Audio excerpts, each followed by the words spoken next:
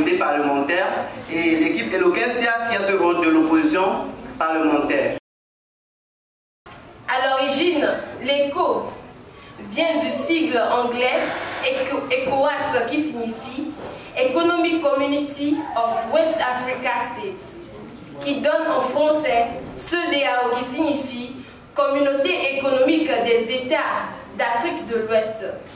Ce dernier est le nom du projet de monnaie unique des 15 pays de la CEDEAO et qui date des années 60. Sa mise en place est prévue pour le 1er juillet 2020 en remplacement du franc CFA dans les 8 États, à savoir le Bénin, le Burkina Faso, la Côte d'Ivoire, le Guinée-Bissau, le Mali, le Niger, le Sénégal et le Togo, membres de l'Union économique et monétaire d'Ouest Afrique, l'UEMOA, a pour objectif de faciliter le commerce, de réduire les transactions et les paiements entre les 385 millions d'habitants de la CEDEAO. C'est l'une des raisons pour lesquelles moi, Teko Aurélie Berthe, Premier ministre de la majorité parlementaire, et mes successeurs, nous passerons à ce pupitre pour non seulement le dire, mais aussi l'affirmer que, unique qu'elle soit, l'ECO est une monnaie parfaite. Merci pour la tasse de poison que vous venez de servir à la population ainsi qu'aux juges. Ma coéquipière vient de démontrer tout à l'heure à quel point un simple nom ECO pose autant de problèmes, crée autant de zizanie entre les pays. Mesdames et messieurs, si le nom d'un produit ou l'emballage d'un produit peut déclencher la Troisième Guerre mondiale, qu'en est-il même de l'utilisation du produit? La monnaie ECO est loin d'être une monnaie parfaite. Pourquoi? Je vous dirai. Puisque en réalité, les pays membres de la CEDEAO ne sont pas prêts à aller vers une monnaie commune au service du développement de la CEDEAO, puisqu'on a un problème de la maîtrise budgétaire. On a un problème d'orientation économique. Nos économies sont extraverties, c'est-à-dire quoi? Rien aussi. Nos économies sont tournées vers l'Occident.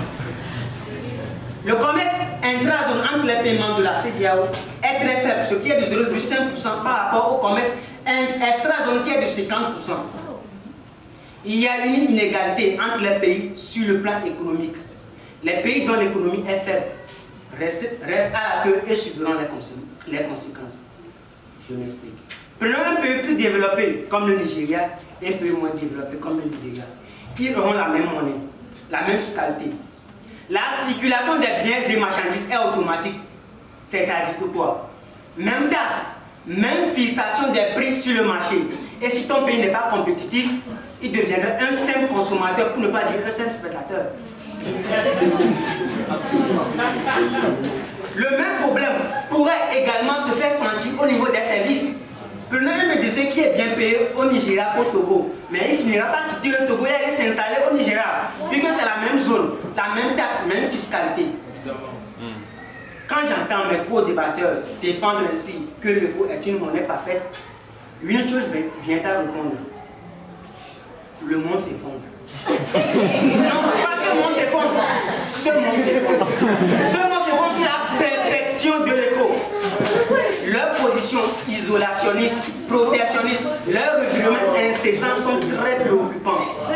Et si mes co-débatteurs ont effectivement pris note, leur seul devoir, c'est de nous rejoindre tout doucement, tranquillement et clandestinement.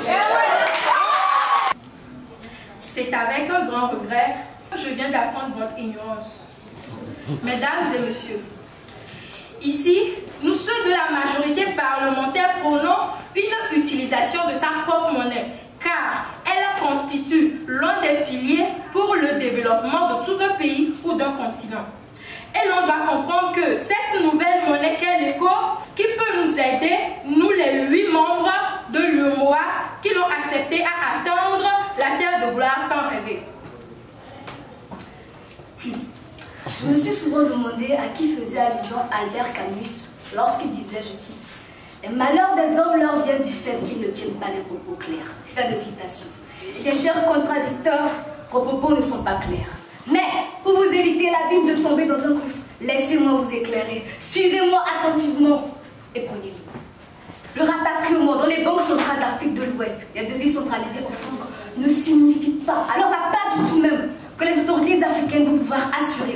déterminer librement le taux des échanges de la nouvelle monnaie africaine.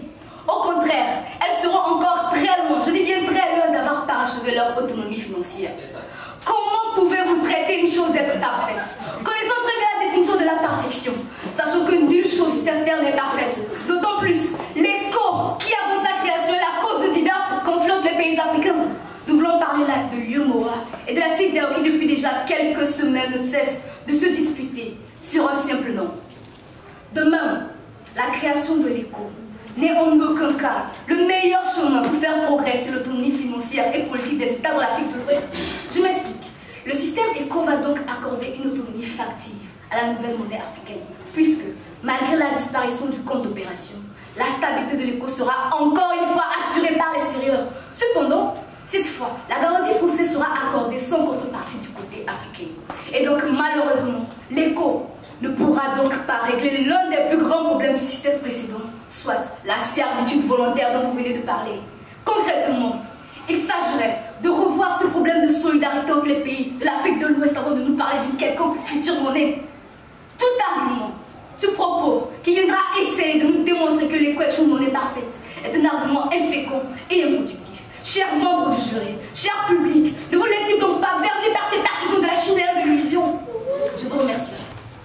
Charmant public, mesdames et messieurs les jurys, nos chers membres de l'opposition parlementaire me poussent, moi, en tant que ministre de l'Éducation et de la Culture, à me vêtir de mon manteau de littéraire, sans oublier mes connaissances historiques, afin de pouvoir leur expliquer les raisons pour lesquelles nous affirmons que l'ECO est une monnaie parfaite.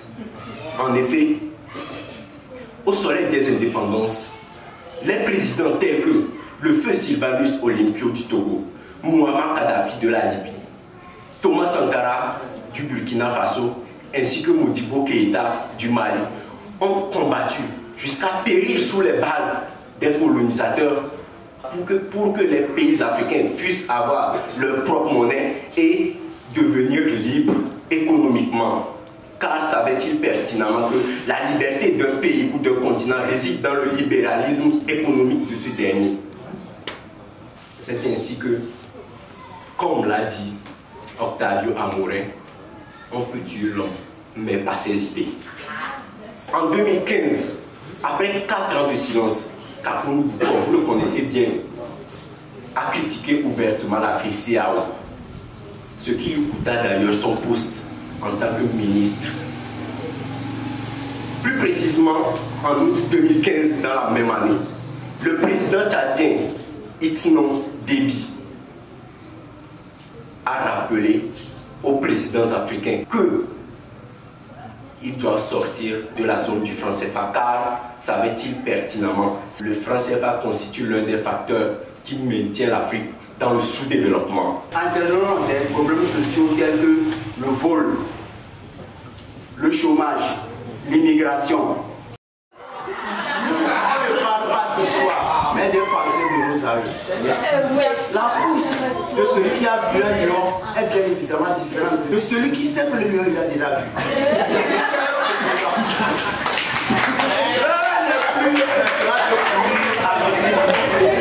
Tout pays a besoin d'une souveraineté, d'une vraie indépendance. Et l'un des critères qui permet cette vraie souveraineté, cette vraie indépendance, c'est la monnaie. Nous, membres du gouvernement, nous savons que le lion nous a déjà vu. C'est pour cela que nous avons opté pour l'ECO, comme l'ont dit mes chers prédécesseurs. Prenons par exemple les 19 pays utilisant l'euro, la France, l'Italie, l'Espagne et autres. Regardez comment ils sont développés. Voyez leur niveau par rapport aux pays qui utilisent le franc CFA. Juste parce qu'ils impriment leur propre monnaie et que les décisions de parité sont prises par les dirigeants, ils doivent être développés. Oui. Donc, si ces 8 pays de l'UEMOA utilisent leur propre monnaie, et que cette monnaie est imprimée au sein de la zone qu'ils utilisent, et que les décisions de parité sont prises par les dirigeants, comment cette zone sera être développée? En plus, aucune de nos réserves ne seront plus versées dans le trésor public de notre pays. Selon le ministre Kakoun Bouko, le franc CFA reste un outil de la servitude, parce qu'elle ne permet pas de couper le cordon ombilical entre la France et la zone CFA. Parce que la France veut toujours garder la main sur ces pays, elle a toujours maintenu ce système. Maintenant, c'est l'heure pour nous d'obtenir notre liberté économique. Amen. Sur ce, cher public, l'écho est une monnaie. Parfait. Dites-nous, est-ce après son introduction que vous allez nous préciser sur cela? Je ne crois pas. Ou bien, mieux encore, on va faire avec, comme d'habitude? Je ne crois pas. Comme vous l'avez dit, l'Afrique de l'Ouest est composée de 15 pays, dont la plupart ont différentes monnaies, à part ceux du franc CFA. Maintenant, après avoir fait l'éloge de l'éco, venez nous dire ici, par quelle stratégie, ou quelle stratégie vous allez adopter pour pouvoir permettre à tous ces 15 pays de voir l'évolution et le développement de leur économie après l'exposition de l'éco.